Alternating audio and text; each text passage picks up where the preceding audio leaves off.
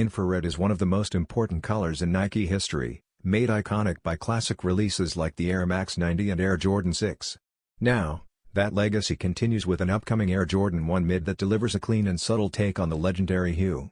Instead of bold color blocking, Infrared 23 is used sparingly, appearing on the tongue trim, insoles, and a small leather detail along the spine. The rest of the sneaker keeps a common wearable look, built with a neutral gray leather upper paired with a crisp white midsole. Black accents land on the swoosh, tongue, ankle flaps, and outsole, adding contrast without overpowering the design.